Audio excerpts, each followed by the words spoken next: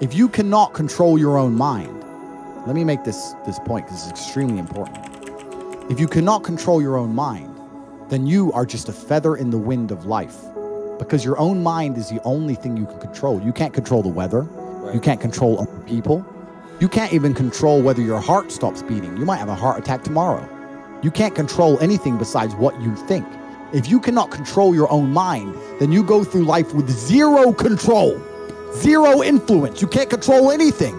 You're just a feather in the wind, waiting for life to blow you from happy place to sad place to happy place to sad place, completely hoping on the gods to be fortunate to you, because if any genuine discomfort comes your way, you're fucked.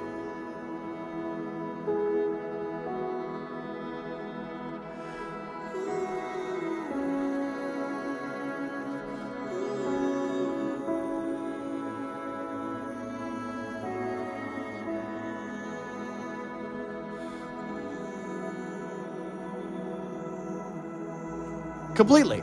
And me as a man, when I put myself through hell, when I have had such exacting, such stringent standards for myself, why would I then have less exacting, stringent standards on the people I meet? Why would I put myself through hell to be me and then meet someone who didn't put themselves through hell and then treat them like my equal? No, fuck you. I suffered when you didn't. So you're not my equal, because you decided not to suffer. You have enjoyed comfort when I haven't, and that's fine, but don't expect me to look at you as my equal, because you're not. I'll snap your fucking neck.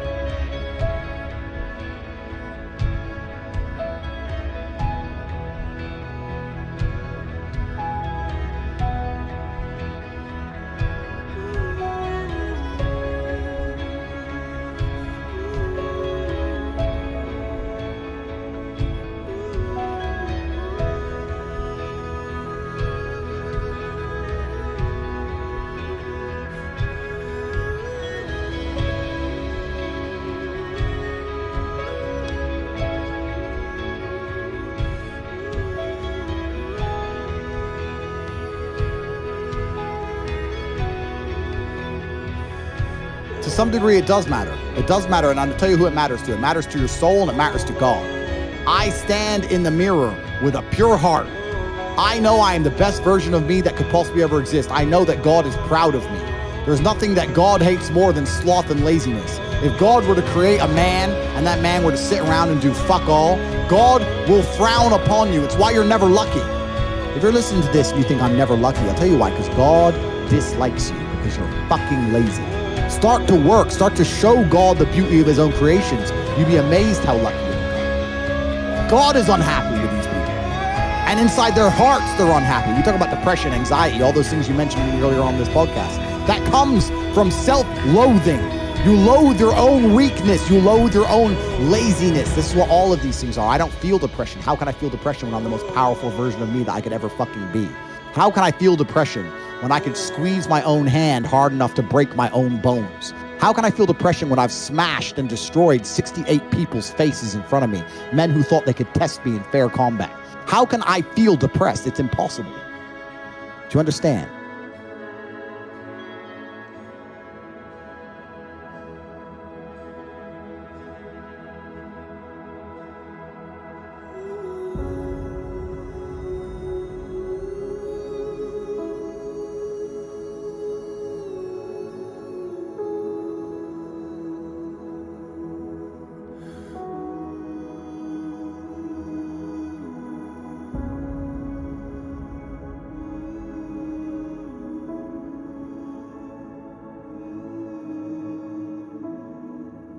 I've got it all. I've got every single gift that God can give, plus all the gifts you can make yourself. And I state that without arrogance. I don't mean to be arrogant, but I am a realist. And as a realist, it would be absolutely unprofessional for me to sit here and pretend I'm not an exceptional human being. because I am. And a lot of those things I did myself. And some of them were God-given. But the ones that weren't God-given was because I put myself through hell. I put myself through hell because I decided to throw comfort away. For 10 years of my life, I was never comfortable. If you were born 100 years ago and it was the 1920s, you'd be in some ditch in northern France, living in the fucking mud, hoping not to get killed by a random sniper in some bullshit war you barely understand for 4 years. So because we don't have to do that, men think it's okay to just become comfortable now. You're not supposed to be comfortable. You were never evolved to be comfortable. You're supposed to be uncomfortable. Right. And if you make yourself uncomfortable constructively, it's very easy to be anything you want. But I find it amazing that people will sit there and spend all their time upgrading that character, making as much money as they can, getting the best guns, getting strong, getting some hoes, meeting important people, getting the best car. They'll do all that in a game, but they won't do it in real life. I find that incredible. Like, my life is GTA. I don't need to play a game for GTA. If I want a gun, I'll fucking buy it. If I want a car, I'll fucking buy it. I want a bitch, I'll get her. It's me. I am GTA. I don't see why people play the games. They play the games because they're scared of loss. Because if you die in the game, you get another chance. If you lose in the game, you get another chance. In life, you get one shot. As a man, if you don't make yourself valuable, you have no value. You have to get up and do it. Just like a video game, you start with fucking zero. You have to decide if you want to complete it, you have to upgrade your character. So I find it amazing that men are going to play video games and fuck about and waste their time instead of upgrading their character. Everyone knows what to do. You know what you have to do. Right. If you had to become the most dangerous, intelligent, respectable man on the planet, you know you're supposed to go to the gym. You know you're supposed to train, learn how to fight. You know all these things. You don't do them. That's your decision. It's your prerogative. I didn't make that choice. I made the choice to do it all. I decided all of that. And every single man watching this can do the exact same thing.